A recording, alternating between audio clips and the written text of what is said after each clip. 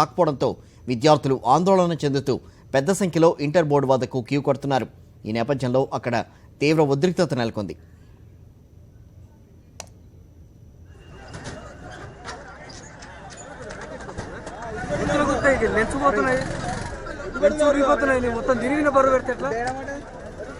Inter board వద్ద విహెచ్ఈ హనుమంతరావు ఆందోళన చేపట్టారు. ఇంటర్మీడియట్ బోర్డు విఫలమైందంటూ వ్యాఖ్యానించారు. తక్షణమే సీఎం కేసీఆర్, కేటీఆర్ క్షమాపణలు చెప్పి తల్లిదండ్రులకు, విద్యార్థులకు న్యాయం చేయాలని విహెచ్ డిమాండ్ చేశారు. ఏ పరిస్థితుల్లో కేసీఆర్, కేటీఆర్ కూడా మానవత్వం ఉంటే ఇమీడియట్ గా రావాలి. వాళ్ళ తల్లిదండ్రులకు అపాలజీ చెప్పాలి. అదేవిధంగా చనిపోయిన కుటుంబాలకు సాయం చేయాలి. రీవాల్యుయేషన్, ఫీజు తీసుకోవద్దు. జరిగినటువంటి వాళ్లకు గతంలో ఎవడైతే చేస్తున్నానో వానికి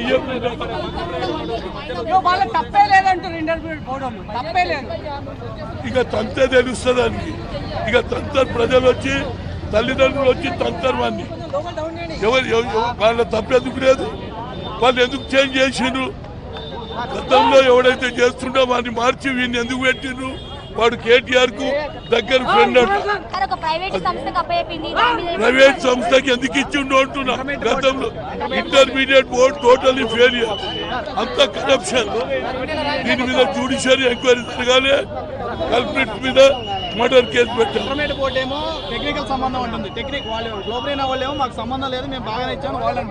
చూడండి, ఇవన్నీ సాకులు.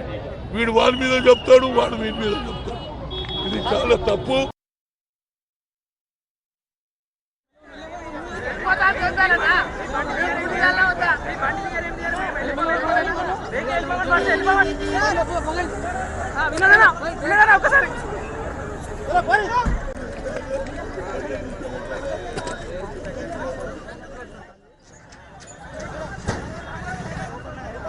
ప్రస్తుతం ఇంటర్ బోర్డు వద్ద పరిస్థితి ఏ రకంగా ఉందో మా కరెస్పాండెంట్ ప్రదీప్ అందిస్తారు అక్కడి నుంచి.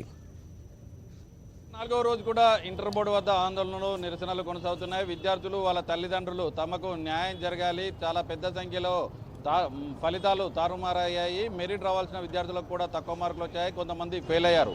ఖచ్చితంగా వాటిని అన్నింటినీ పునఃసమీక్షించాలి, రీవాల్యుయేషన్ చేయాలి, అందరికీ న్యాయం చేయాలన్న డిమాండ్తో ఇక్కడ చెప్పుకుంటున్నారు. ప్రస్తుతానికి ఇంకా